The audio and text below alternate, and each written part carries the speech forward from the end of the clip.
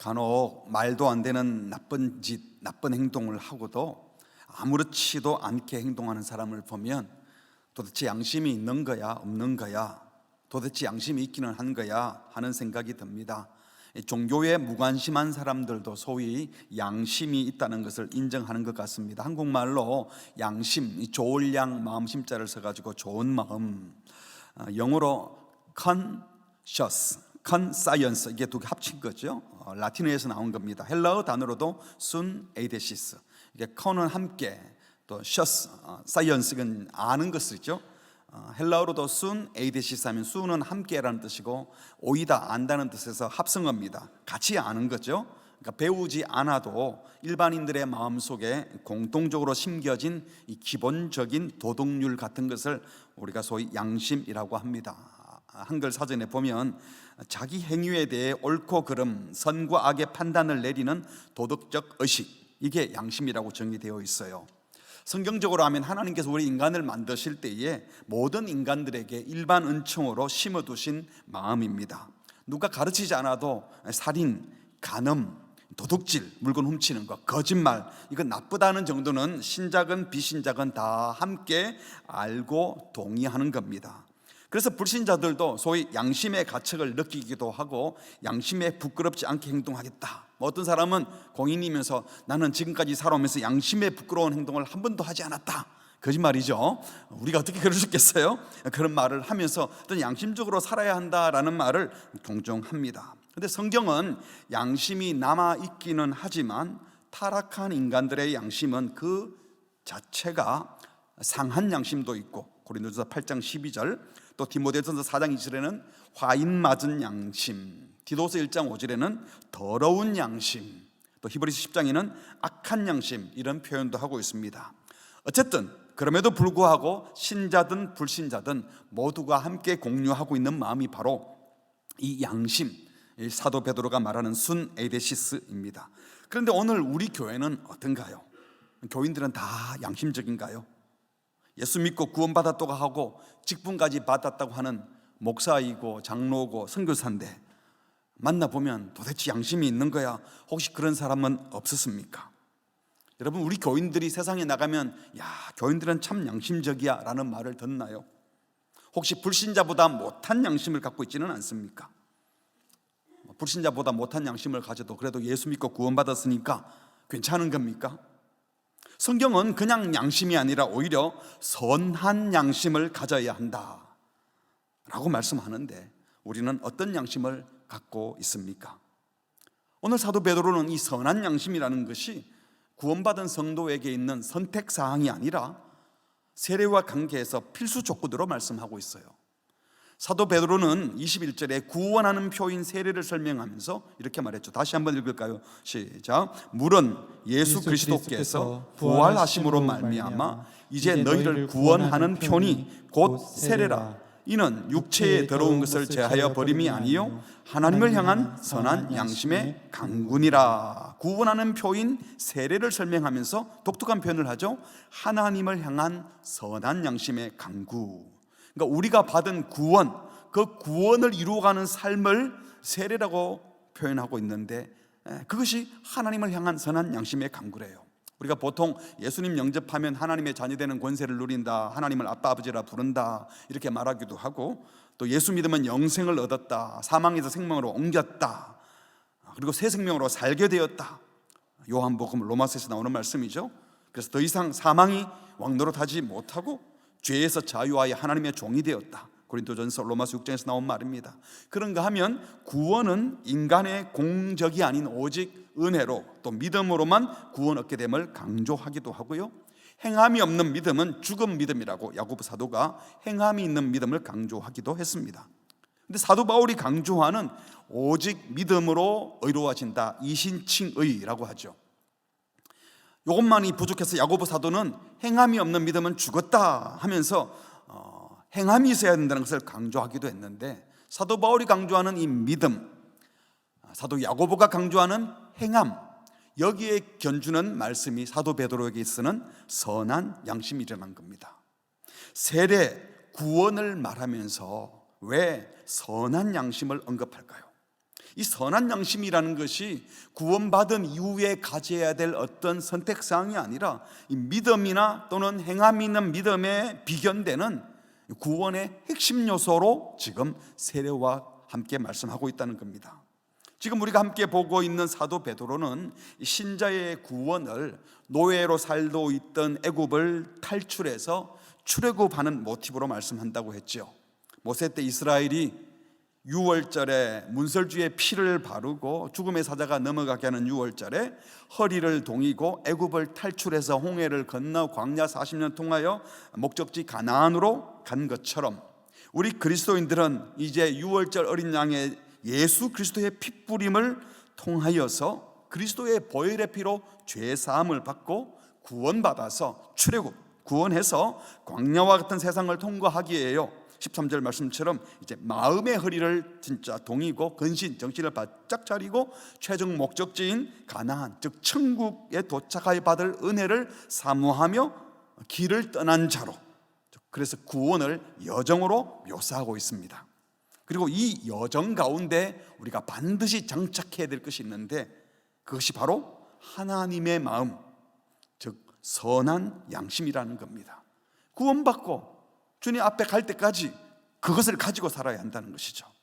이 구원의 여정 중에 우리는 세상에서 그리스도인만 만나고 착한 사람만 만나는 것이 아니라 악한 자를 만납니다. 그래서 선을 행하다가 고난을 받게 되는 경우가 있지만 베드로전서 2장 19절에 이렇게 말했어요. 부당하게 고난을 받더라도 우리 그리스도인들은 하나님을 생각함으로 슬픔을 참으면 이는 아름답다. NIV 영어 성경에 하나님을 의식함으로 참으면 아름답다라고 했어요. 부당한 고난을 당해도 하나님을 의식하면서 하나님의 은혜를 보여주고 참는다면 그건 아름다운 일이라는 겁니다. 신자로서 도덕적 의무감이나 마지 못해서 억지로 참는 것이 아니라 하나님의 주권을 인정하고 하나님이 결국은 은혜 주실 것을 기대하고 그 하나님을 신뢰해서 참으라는 겁니다. 근데 이것도 잘 해석한 이야기지만 원문에 보면요, 여기 하나님을 생각함으로에 해당하는 단어가 순 에이데신 테우, 그래서 하나님의 양심으로 이렇게 되어 있어요. 그러니까 하나님을 생각함으로 참으라가 아니고 하나님이 주신 그 양심을 가지고 참아라, 하나님을 아는 양심을 가지고 참으라.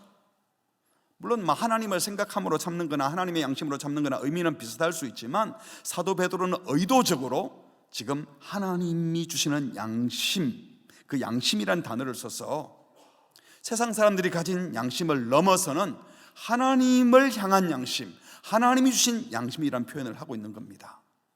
그러니까 베드로전서 전체 문맥으로 보면 보혈의 은혜로 구원받아 새로워진 양심, 거듭난 양심, 복음의 은혜로 회복된 양심, 그래서 하나님의 깊은 뜻을 알아서 하나님만을 기쁘시게 하려는 그 마음, 그걸 하나님 주신 양심이라고 말하는 것이죠. 이 하나님이 주신 양심, 하나님의 양심이 우리 신앙의 여정에 있어서 절대로 빼놓을 수 없는 핵심적인 사항이라는 것입니다. 세상 사람들이 이 정도는 상식이지, 양심이 있으면 이 정도는 해야지 라고 할 때 그 양심의 기준에 절대로 뒤지지도 않으면서 그 세상 사람들의 양심과는 차원이 다른, 세상 사람들은 감히 범접할 수 없는 하나님이 주신 양심을 가지고 살아야 한다는 것입니다.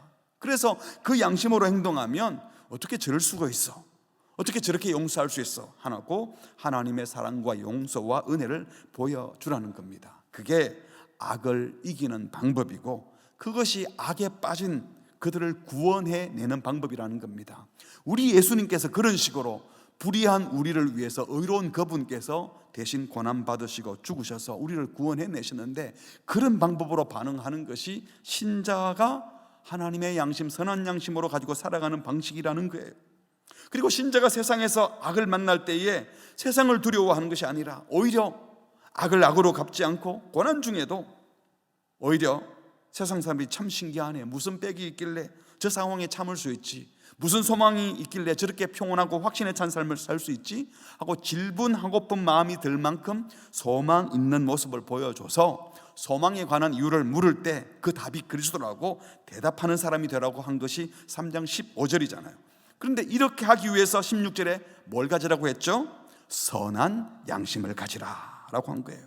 이것은 하나님이 주신 이 선한 양심은 그리스도 안에 있는 너희의 선행, 그러니까 교회의 선행이죠. 성도들의 선행을 욕하는 자들이 하는 그 말들, 비방하는 말들을 멈추게 해야 되는데, 이게 바로 선한 양심이라는 거예요. 선한 양심을 가지고 행동하고 말하면 우리를 비방하던 그들이 우리랑 다르네 하고 부끄러워진다는 겁니다.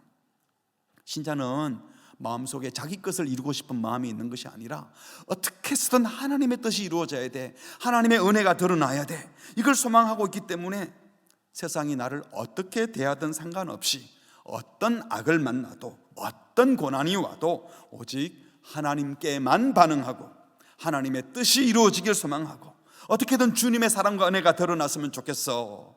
이것이 바로 선한 양심을 가진 신자의 삶인 줄 믿습니다. 그런데 이런 선한 양심으로 살아가는 길은 절대로 처음 가는 낯선 길이 아니라 그리스도께서 앞서 가신 길임을 강조하기 위해서 18절이 이렇게 시작했죠. 그리스도께서도 의로운 자로서 불의한 자를 대신하시고 원수의 공격 앞에 고난과 죽음을 통과하시고 부활하셨다는 거예요. 이 길이 바로 하나님의 뜻을 아는 선한 양심의 길, 다시 말하면 그리스도가 이미 가신 길이라는 겁니다. 그래서 그리스도를 따르는 교회가 반드시 뒤따라야 하는 길이 이 길이다. 여기서 사도는 그리스도의 길과 또 그리스도를 따르는 교회의 길, 그리고 노아의 방주가 이동하는 것을 삼겹줄로 겹쳐서 설명하면서 그리스도께서 죽으시고 부활하셔서 우리를 하나님 앞으로 인도하고 계시는데, 하늘에 오르시는 중에 어디로 갔다 그랬죠? 옥에 있는 악한 영들, 그들에게 당신의 부활의 승리를, 사탄의 권세를 멸하였다는 승리를 선포하셨기 때문에 우리는 승리하는 그리스도를 따르는 승리하는 교회라고 이미 말씀을 드렸습니다. 그런데 세례와 함께 우리의 구원이 시작되었고 승리도 확정되었지만 여전히 최종 도착지에는 아직 이르지 못한 그 땅을 향하여, 그 나라를 향하여 여행하는 중에 있는, 여정 중에 있는 교회, 그래서 순례하는 교회라고도 말씀드렸죠. 그래서 특이하게도 20절 다시 한번 보시면요, 방주에서 물로부터 구원받은 게 아니라 물로 말미암아, 물에 빠졌다가 물에서 건진받았다, 홍수 심판에서 물에서 건진받았다라고 말하지 않고 물 때문에 구원받았다. 그러니까 이 물이 심판의 물이 아니라 구원의 물로 묘사한다고 했어요. 사도 베드로는 이 물이 바로 방주를 떠오르게 하고 그 방주가 하나님이 예배하신 아라라산으로 이동하게 하는 물로 설명을 한 것이죠.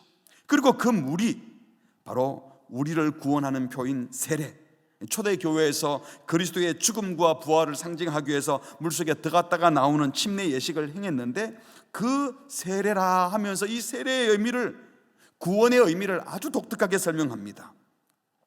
몸을 씻는 기능, 죄를 씻는 기능으로 설명하지 않고 물속에 들어갔다가 죽었다가 다시 살아났다라는 이 의미도 포함하지만, 그것보다는 물이 구원선인 배를 떠오르게 했다, 그리고 구원의 배가 예비하신 목적지까지 이동하게 했다 하는 것을 더 염두에 두고 물에서가 아니라 물로 말미암아 구원받았는데 그 물이 세례다라고 한 겁니다.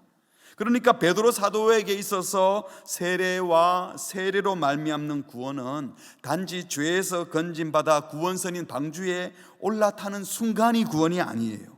그 방주를 타고 주님이 예비하신 목적지로 마른 땅으로 이동하는 것, 하나님을 향하여 나아가는 삶의 여정 전체를 세례라고 말씀하는 겁니다.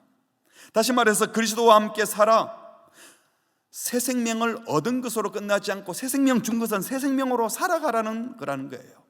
그리고 그 삶의 방향은 죄에 대하여는 죽고 의를 위하여 살아가는 과정이다.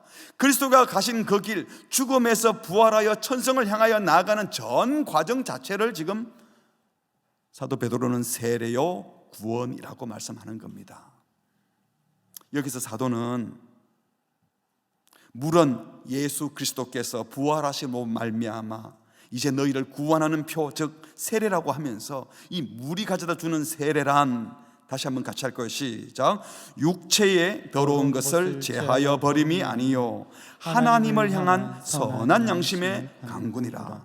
굉장히 어려운 표현이죠. 이 세례가 단지 육체의 더러운 것을 씻어주는 정도가 아니라 영혼의 더러운 것을 제하는 것, 즉 영혼을 정결케 하는 것이라고 말하는 거죠. 다른 말로 하면 선한 양심의 강구라는 표현에서 보여주는 것처럼 이 세례는 선한 양심을 갖게 하는 것이다, 이렇게 볼 수 있는 거죠. 히브리서 기자는 말하기를 9장 14절에 그리스도의 피가 어찌 너희 양심을 죽은 행실에서 깨끗하게 하고, 이 양심을 깨끗하게 하는 것이 그리스도의 피다라고 했어요. 그래서 하나님을 섬기게 한다. 히브리서 10장 22절에서도 우리가 같이 읽을까요? 시작. 마음의 부림을 받아 악한 양심으로부터 벗어나고 몸은 맑은 물로 씻음을 받았으니 참 마음과 온전한 믿음으로 하나님께 나아가자. 그리스도의 피가 우리의 양심을 깨끗하게 해서 정결한 양심, 선한 양심, 참 마음을 주시고, 그래서 하나님께 나아가 하나님을 섬기게 할 것이라고 했습니다. 그런데 본문에서 사도 베드로는요, 세례는 몸에 더러운 것을 씻는 정도로 끝나는 것이 아니라 하나님을 향한 선한 양심의 강구, 그러니까 그리스도의 죽음과 부활에 동참함으로 그 양심이 정결해진 그 상태로만 있지 않고 그 양심을 갖게 된 것이 세례인데, 그 선한 양심이 하나님을 향하여 나아가는 것이 세례라고 말씀하는 거예요. 그러니까 용서받는 것이 전부가 아니라 선한 양심으로 하나님을 향하여 살아가게 하는 것, 이게 세례라는 겁니다. 그래서 하나님을 향한 선한 양심의 강구, 양심이 정결하게 되는 그 세례라는 단회적으로 한번 씻어내는 중생의 사인, 이 정도가 아니라 순 에이데세우스 아가테서 선한 양심의 에페로테마에서 떼온 하나님을 향하여 가는 에페로테마 간구, 이 표현 자체가 굉장히 어려운 표현인데 그래서 번역도 다양하게 되어 있어요. 여기에 다양한 번역이 있을 수 있지만 여기에 에이스라는 단어는 전치사는 확실해요. 떼온, 하나님을 향하여, 선한 양심이 하나님을 향하여 간다는 거예요. 이전 번역인 개역 한글 성경에는 이렇게 번역이 되어 있어요. 선한 양심의 강구를 뭐라고 번역했는가 하면 오직 선한 양심이, 같이 읽읍시다, 하나님을 향하여 찾아가는 것이라. 선한 양심이 하나님을 향하여 찾아가는 것이라. 너무 잘 번역한 것 같아요. 지난번 제가 볼 때는 어쩌면 물이 방주를 뜨게 할 뿐만 아니라 아라랏 산으로 향하여 가게 했다. 이거나 베드로전서에서 교회를 흩어진 나그네 2장 11절에 거류민 나그네 여행격으로 묘사했죠. 그리고 출애굽 모티브를 사용해서 구원이 한번 세례받으면 끝나는 것이 아니라 마음의 허리를 동이고 여행길에 나선 정신 차리고 여행하는 것이다. 모두 다 이 구원이 하나님을 향하여 찾아가는 것, 이것으로 묘사한 겁니다. 구원이 여행인 거예요. 그런데 이 여행길에서 나선 자들이 구원선인 방주를 탄 게 뭘까요? 1차적으로는 복음을 받아들인 것이, 복음을 받아들였다, 구원의 배를 탔다는 것이 어떤 것일까요? 하나님을 향한 선한 양심의 강군이라. 향하는 것은 배가 움직이는 것이라면 배를 탄 건 뭐겠습니까? 보혈의 능력으로 선한 양심을 갖게 되는 거예요. 방주를 타고 이동하는 것은 선한 양심의 배를 타고 하나님이 준비한 천성을 향하여 나아가는 겁니다. 다시 말해서 선한 양심으로 살아가는 것, 선한 양심을 가지고 하나님을 찾아가는 삶이 하나님을 향한 선한 양심이에요. 그러니까 교회가 타야 될 방주가 뭐냐? 단도직입적으로 말하면 선한 양심의 배를 타야 되는 거예요. 그 배에 올라탄 게 구원이 시작되어서 움직이기 시작하는 겁니다. 그러니까 성도의 구원, 즉 세례는 방주로 말하면 홍수 심판의 물을 피해서 방주에 올라타는 것만이 전부가 아니라, 죄를 끊는 것이 전부가 아니라 양심의 배를, 선한 양심의 배를 타고 살아가야 된다는 겁니다.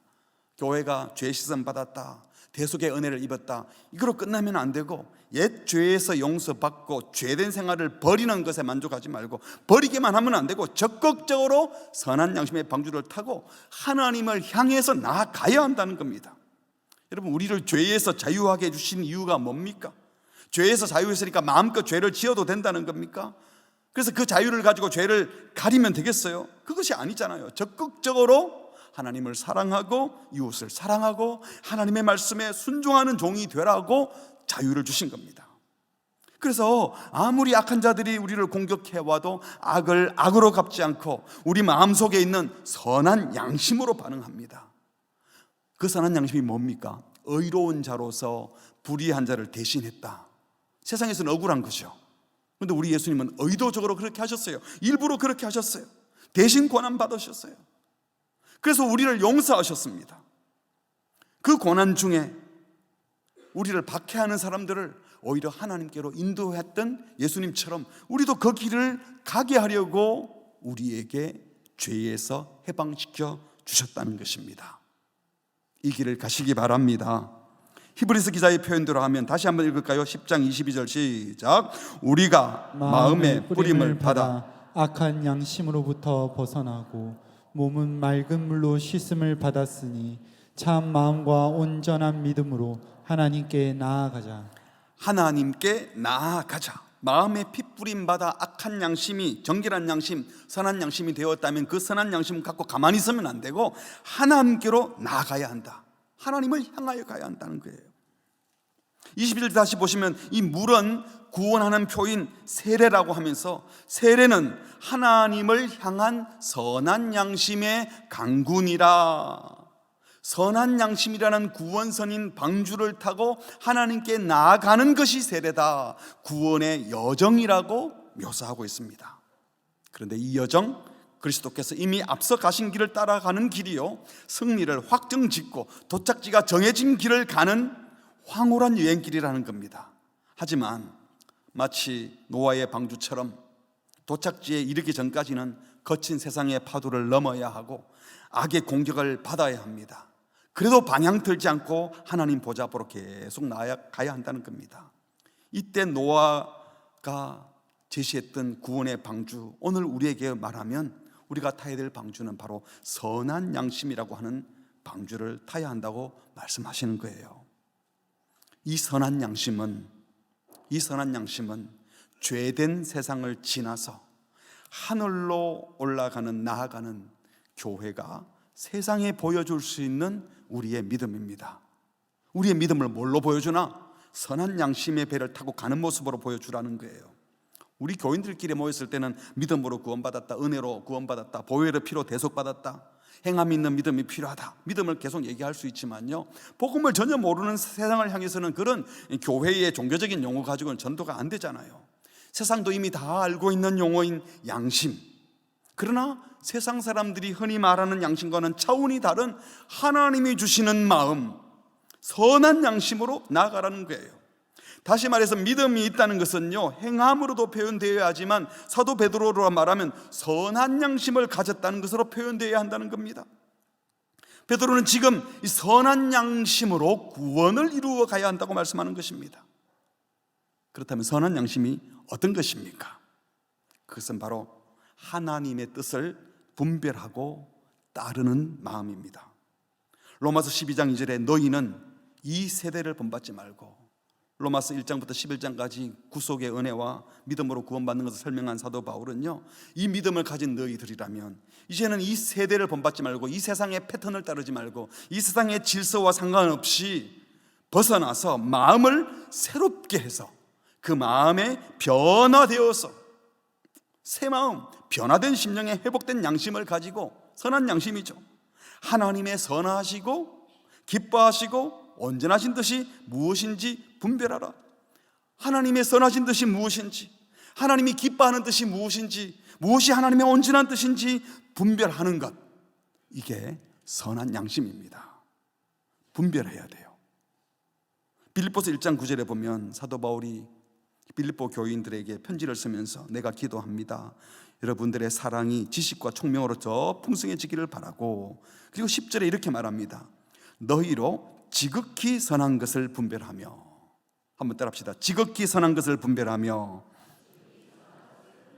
무슨 뜻이에요? 선악 중에 선을 찾아내라는 게 아니고 선한 것 중에 더 선한 것, 가장 선한 것, 지극히 선한 것.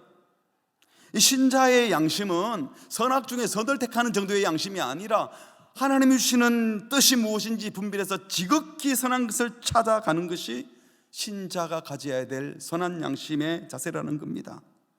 신자가 믿음이 있다는 것이 일반 은총으로 세상 사람들도 다 알고 있는 그 도덕적인 양심과는 차원이 다른 그 정도 수준을 유지하는 것이 아니라 그걸 훨씬 넘어서는 거듭난 신령의 회복된 양심을 가져야 한다는 겁니다. 교회는 이 선한 양심으로 세상의 양심과 소통해야 되는 거예요. 그런데 현실은 어떻습니까? 만일 교회 성도라고 하는 분이 세상에 썩고 더럽고 허무한 곳에 굴복해서 욕심 챙기려고, 내 정명하려고, 내 자존심 지키려고 거짓말하고 큰소리치고 화내고, 그래서 세상의 양심의 수준에도 못 미친다면, 겨우 세상의 양심 수준에 머물러 있다면, 상식적인 사람과 말통하는 정도만 살고 있다면 그 양심은 하나님 주신 선한 양심이 아닌 것입니다. 그러므로 신자가 선을 행하지도 않고 악을 만나면 세상 사람들과 똑같이 악에는 악으로 선에는 선으로 갚아주겠다, 하나님의 지극히 선한 뜻을 분별해서 하나님의 은혜를 드러내려고 하는 것이 아니라 그냥 상식선에서만 살고 있다면, 아니 상식 이하로 살고 있다면 그것은 선한 양심이 아니고 썩은 양심이고 죽은 양심인 거죠. 만약에 이런 양심을 가지고 살고 있다면 오늘 사도 베드로의 표현대로 하면 믿음이 없는 거예요. 구원의 선인 선한 양심의 방주에 아직 올라타지도 않은 거예요. 예수를 믿음으로 세례받는 것, 새 생명을 얻는 것, 행함이 있는 참 믿음을 갖는 것은 심령이 새로워지고 새 마음을 갖고 하나님의 마음, 선한 양심을 갖는 겁니다. 이게 시작입니다. 성령께서 우리 모두에게 이 하나님의 마음, 선한 양심을 부어 주시기를 소망합니다. 우리가 탄 선한 양심의 방주는 아직 도착하지 않았고 지금 망망대해를 여행 중에 있습니다. 하지만 노아의 방주를 한번 생각해 보세요. 40일주야를 비가 와서 온 세상이 물에 잠기고 하나님이 허락하신 방주를 타고 150일이나 온 세상에 물이 덮인 것을 바라봤어요. 물이 줄어들기 시작하긴 했지만 아직 마른 땅에 도착하지는 않았어요. 그러다가 1년이 넘도록 배 안에 있다가 그 땅에 도착했을 때, 그리고 세상에 나왔을 때, 새로운 세상에 왔을 때 얼마나 기쁘고 행복했겠습니까? 하지만 거기 도착하기 전에 망망대해에 진짜 언제 도착할까 하고 떠있기만 할 때는 얼마나 또 힘들었겠습니까? 사도 베드로는 지금 그리스도께서 가신 길을 따라 의인으로서 불의한 자를 대신하시는 선한 양심의 길을 가는 것, 어떤 경우에도 선한 양심으로 반응하는 이 길은 노아가 망망대해에 그냥 떠있는 정도가 아니고 이미 그리스도께서 승리한 길이라는 것을 우리에게 말하고 있어요. 우리는 마지막을 알고 있어요. 성도가 가는 구원의 여정은 놀랍고 황홀하고 엄미한 영광에 이르는 길이라는 것을 우리에게 가르쳐 주면서 통과하라고 격려하는 거예요. 19절이 그거였잖아요. 그가 영으로 가서 옥에 있는 영들에게 당신의 승리를, 부활 승리를 선포하시고 모든 악한 영들의 권세를 제압하셔서 하늘에 오르셔서 보좌 우편에 앉아 계시는 그 영광스러운 주님이다. 교회는 바로 이곳을 향해 가고 있다. 확정된 그곳을 향해 가고 있다는 겁니다. 그래서 선한 양심의 길은 분명 이 땅에서는 고난의 길이지만 너무 분명한 승리를 알고 가기에 황홀한 길인 겁니다. 세상 것을 마음껏 취할 수 있기에 영광스러운 길이 아니라 승리를 확신하고 가기에 여기서는 힘들지만 마지막 승리를 확인하면서 황홀한 길을 지금 통과하고 있는 것입니다. 그래서 이제 그것이 분명하면 누가 우리를 공격할 때 내 속에 있는 자존심으로 반응하지 말고, 이기심으로 반응하지 말고, 죄된 욕심으로 반응하지 말고, 내 열등감이나 자기 정명하고픈 마음으로 반응하지 말고 내 속에 심겨진 복음의 말씀에 반응하고 내 속에 하나님이 주신 선한 양심에 반응하는 우리 모두가 되기를 주의 이름으로 축복합니다. 교회는 분명 이 시대의 구원의 방주가 되어야 합니다. 그런데 여러분, 교회가 구원의 방주가 되는 것이 뭘 의미할까요? 믿고 구원받는다는 것이 죄된 세상에서 구원받은 거잖아요. 근데 예수 믿고 구원받았다 해놓고 세상에서 구원받았는데 다시 세상으로 기어 들어가 가지고 그 속에서 세상 것 누리며 살려고 한다면 이건 구원이 아닌 겁니다. 우리가 구원받고 그리스도인으로 하나님의 자녀로 부름받은 것은 이 세상 문제가 해결되어서 이 세상의 고난을 피하고 여기서 내 자존심, 내 명예 짓고 사람들 앞에서 내가 챙길 거 다 챙겨서 내가 기죽지 않고 멋지게 이 세상 사람 앞에 사는 이것을 위해서 부름받은 것이 아니라 우리는 하나님을 향하여 나아가도록 하나님 주신 마음으로 이 세상에 반응해서 이 세상에 있는 사람들 같이 구원의 방주에 타게 해서 같이 그것으로 가도록 하려고 저와 여러분을 부른 줄 믿습니다. 교회가 구원의 방주가 되는 것은 구체적으로 어떻게 하는 겁니까? 첫 번째로 구원의 방주가 뭐라고 그랬죠? 선한 양심이라고 했어요. 그 방주를 타고 가는 것은 하나님을 향한 선한 양심의 강구, 선한 양심이 하나님을 향하여 찾아가는 것. 뭐죠 이게? 그 어떤 악을 만나도 선한 양심으로 하나님의 뜻을 행하고 선한 행실로 하나님의 진리와 은혜의 강력함을 드러내는 삶을 살아가는 겁니다.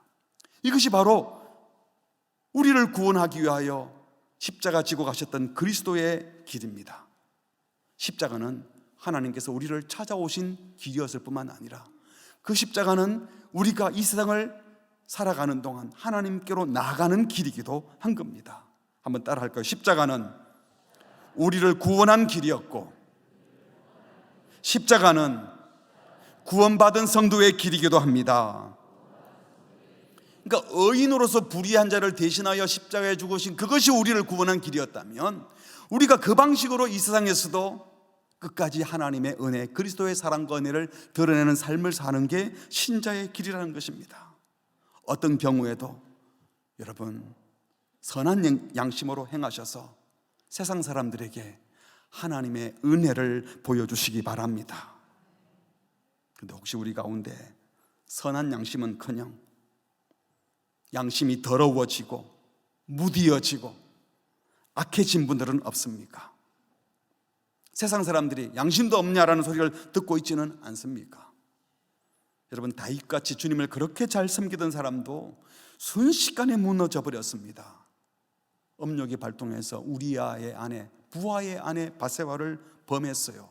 임신됐다는 것을 알게 되니까 그것 덮으려고 자기 부하를 또 다른 부하시켜서 죽여버렸어요. 양심이 무뎌졌습니다. 아니 양심이 없어져 버렸어요. 죽어버렸어요. 나중에 자신의 죄를 회개하면서 이렇게 기도했죠. 시편 51편입니다. 우리 10절, 11절, 12절 같이 읽겠습니다. 시작. 하나님이여 내 속에 정한 마음을 창조하시고 내 안에 정직한 영을 새롭게 하소서. 나를 주 앞에서 쫓아내지 마시며 주의 성령을 내게서 거두지 마소서. 주의 구원의 즐거움을 내게 회복시켜 주시고 자원하는 심령을 주사 나를 붙드소서. 우리 모두 하나님의 은혜로 거듭난 심령, 회복된 양심, 하나님의 마음을 품고 살아가기를 축복합니다. 혹시 다윗처럼 마음이 무너지고 양심이 무뎌지고 아니 썩어버리고 죽어버린 양심들이 있다면 다시 주 앞으로 나아가서 내 안에 정직한 영을 새롭게 해주십시오. 내 속에 정한 마음을 창조해 주세요. 없어져 버렸습니다. 다시 만들어 주세요. 구원의 즐거움을 회복시켜 주세요. 저를 쫓아내지 마시고 성령님 제게 찾아와 주십시오. 이 기도가 저와 여러분의 기도가 되시기를, 그래서 선한 양심으로 회복된 양심으로 살아가시기를 주의 이름으로 축복합니다. 두 번째로 죄악의 세상에서 건진받아 방주에 올라탄 사람들은 가만히 있으면 안 되고 그 배 타고 가야 돼요. 이동해야 돼요. 세상이라는 바다에 다시 뛰어 들어가서 허우적거리면서 그 속에서 경쟁하며 살 것이 아니라 그 세상을 지나 주님이 예비하신 새하늘과 새 땅으로 나아가야 합니다. 선한 양심으로 행동해야 한다는 겁니다. 이렇게 선한 양심으로 행하는 선한 행실은 이방인들이 살아가는 세상에서도 표가 날 거예요. 어떻게 저런 사람들이 있지? 자기들도 양심적인 것 좋아하고 도덕적으로 살아가는 것이 좋다고 말은 했지만 그렇게 못 살았는데, 그리고 어떤 사람들은 그래도 양심적으로는 살았는데 그 부실한 자기들의 양심과는 비교가 되지 않는 하나님이 주신 마음, 회복된 심령의 거듭난 양심, 악을 악으로 갚지 않고 도리어 선으로 갚고 의로운 자가 불의한 죄를 대신 감당하는 그런 하나님이 주시는 마음, 예수 그리스도의 길을 따르는 우리를 보고 이야 희한하구나 하고 하나님께 영광을 돌리게 될 것입니다. 베드로전서 2장 12절 말씀이 그 말씀이죠. 함께 할까요? 너희가 이방인 중에서 행실을 선하게 가져 너희를 악행한다고 비방하는 자들로 하여금 너희 선한 일을 보고 오시는 날에 하나님께 영광을 돌리게 함이라. 이것은 예수님이 하셨던 말씀을 다시 인용한 거예요. 마태복음 5장 16절입니다. 시작. 이같이 너희 빛이 사람 앞에 비치게 하여 그들로 너희 착한 행실을 보고 하늘에 계신 너희 아버지께 영광을 돌리게 하라. 예수님의 이 말씀은 선한 양심에서 나오는 착한 행실이야말로 세상과 소통하는 최고의 통로가 될 것이라는 말씀입니다. 우리가 복음을 전할 때는 복음을 듣는 그 사람들이 알아들을 수 있는 언어를 사용해야 되잖아요. 그들이 이미 알고 있는 언어지만 그들과는 차원이 덜한 것을 우리가 가지고 있습니다. 그게 뭡니까? 양심을 넘어선 선한 양심이라는 겁니다.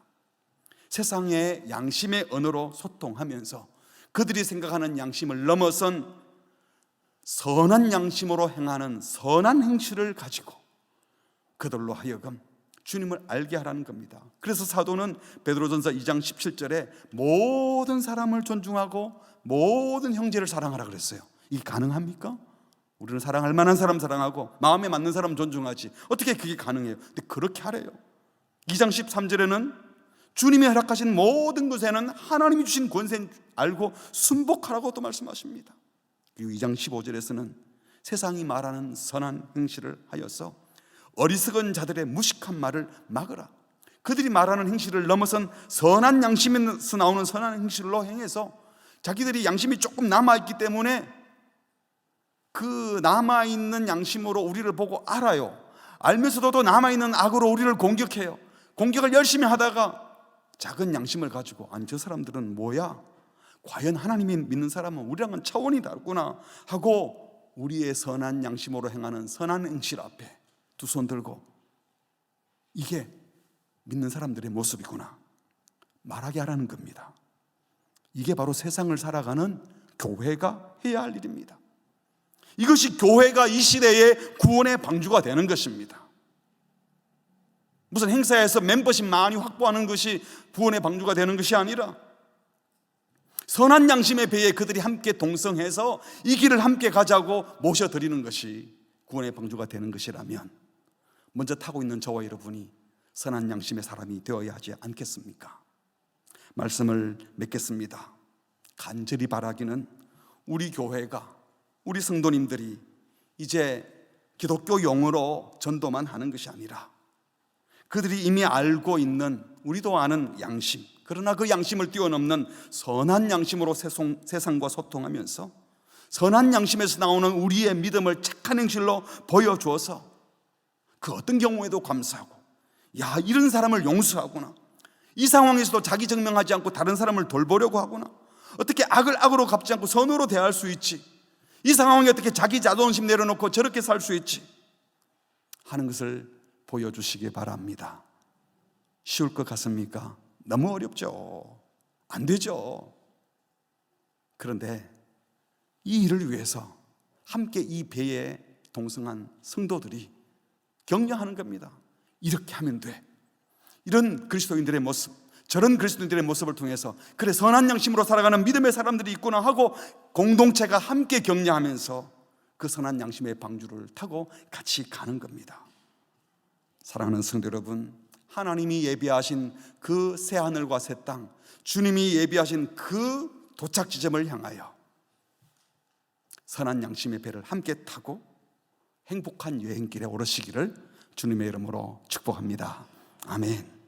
우리 함께 찬양하겠습니다. 다윗이 그렇게 하나님을 사랑하던 사람인데 순식간에 돌변해서 순식간에 넘어져서 썩은 양심, 죽은 양심이 되어버리다가 범죄하고 다시 회개하면서 고백했죠. 정결한 마음 주십시오.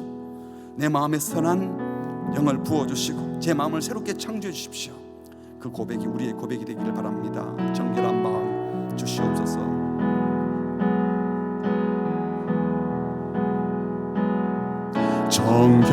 정결한 마음 주시옵소서.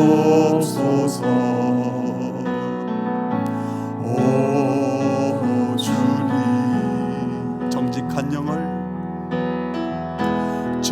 정직한 영을 새롭게 하소서. 다시 한번 할까요? 정결한 마음 주시옵소서. 정결한 마음 주시옵소서. 오 주님, 오 주님, 정직한 영을 새롭게 하소서. 나를 주님 앞에서 멀리하지 마시고, 나를 주님 앞에서 멀리하지 마시고, 주의 성령을 거두지 마옵소서. 그 구원의 기쁨, 그 구원의 기쁨 다시 회복시키시고, 변치 않는 마음 내 안에 주소서. 정결한 마음 주시옵소서.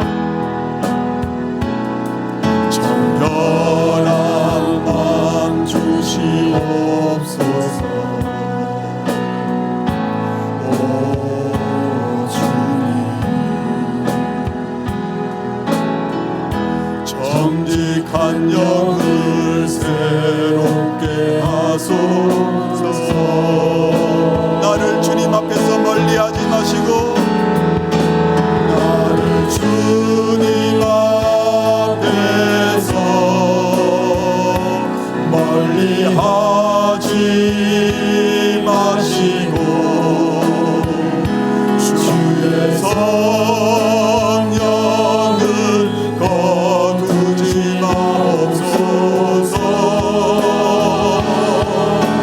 그 구원의 기쁨, 그 구원의 기쁨 다시 회복시키시고, 변치 않는 마음 내 안에 주소서. 은혜로 날 보듬으시고, 은혜로 날 보듬으시고, 사랑으로 품어주셔도 내 마음 한 자락도 지키지 못하는 이 모습 부끄럽습니다. 다시 한번, 은혜로 날 보듬으시고, 은혜로 날 보듬으시고, 사랑으로 품어주셔도 내 마음 한 자락도 지키지 못하는 이 모습 부끄럽습니다. 따스한 곁을 내어주신, 따스한 곁을 내어주신 주님 앞에 나아갑니다. 주님 앞에 나아갑니다.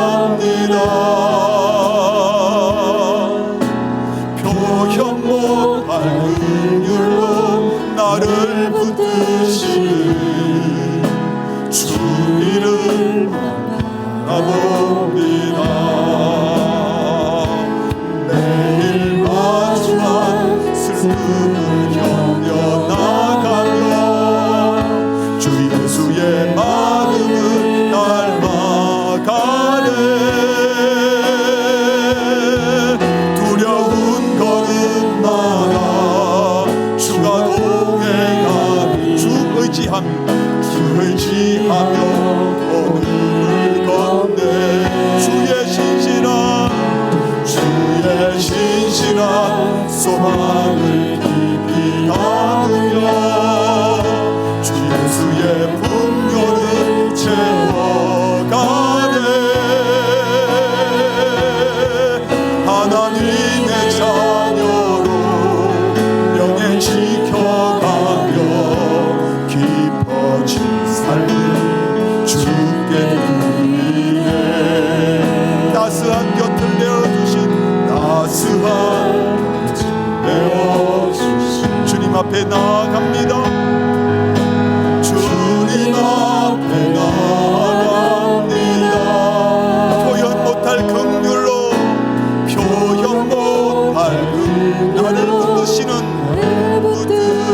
주 이름만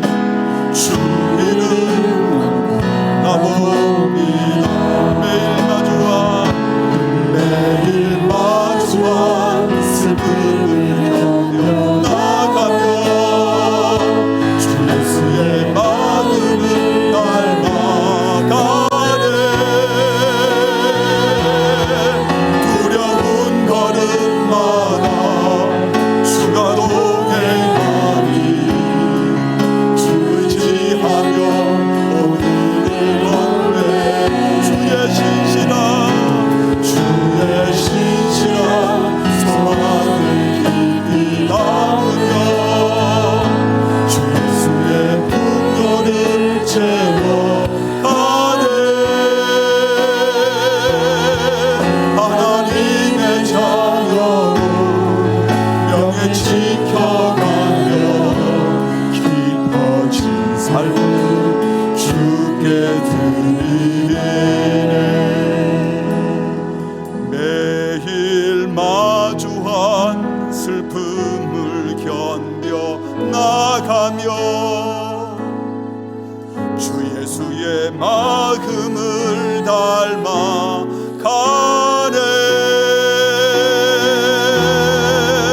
두려운 걸음마다 주가 동행하니 주 의지하며 오늘을 건네. 주의 신실한 소망을 깊이 담으며 주 예수의 풍요를 채워가네. 하나님의 자녀로 명예 지켜가며 깊어진 삶을 주께 드리네. 하나님의 자녀로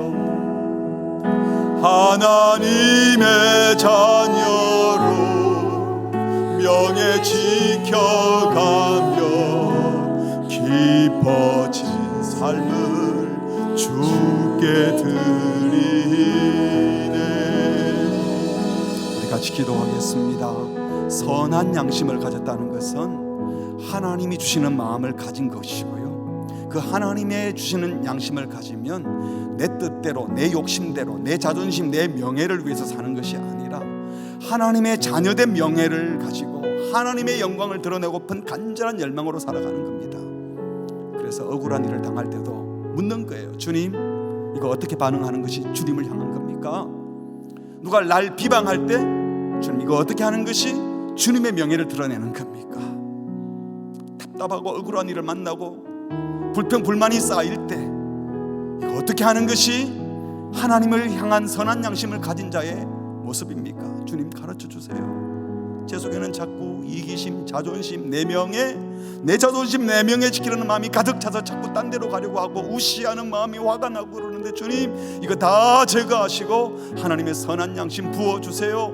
선한 양심, 새 마음 창조해 주세요. 주님, 그래서 주님의 마음을 품고 살아가게 해주세요. 이 험한 바다에 우리 걸어갈 때 우리끼리 가기 어렵잖아요. 그래서 여러분 믿음의 동료가 필요한 거예요. 여러분이 좋은 믿음의 친구가 되어주세요.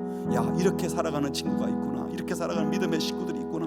그래서 함께 그 길을 갈 수 있도록 우리 모두가 구원선 선한 양심의 배를 탔는데 방향 틀지 않고 주님을 향하여 가게 하여 주시옵소서. 우리 함께 합심으로 기도하시겠습니다. 하나님 아버지,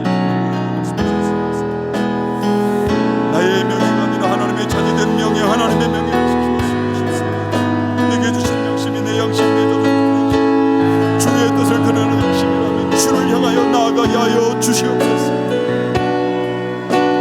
나의 시간을 믿음으로 살아가는 순식간에 무너져 깨어져 양심을 버립니다. 하나님, 다시 회복되게 하여 주시옵소서. 우리 속에 정한 영을 허락하여 주시고 선한 마음을 창조하여 주시옵소서. 새 마음을 주시옵소서. 예수의 마음으로 주님 주신 선한 양심을 살아가게 하여 주시옵소서. 세상 사람들 보는 앞에 기본 양심 내가 못하는 우리의 악행과 더러움과 교회의 모든 부도덕함을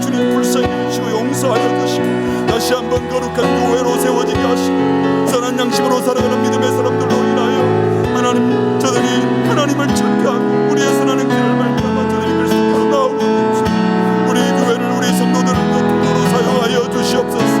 하나님 기본적인 하나님 이런 마음을 붙들고 나가게 하여 주시옵소서. 오늘 주님이 임하여 주시옵소서. 주님 우리와 함께 해주시옵소서. 우리의 성령 우리의 숙소라며 우리의 영혼 주님 함께 하여 주시옵소서. 믿음으로 살게 하시고 주의 뜻을 이기며 살게 하여 주시옵소서. 주님 우리를 위하여 주시옵소서. 선한 양심의 긍휼을 따라 주님 나게 하여 주시옵소서.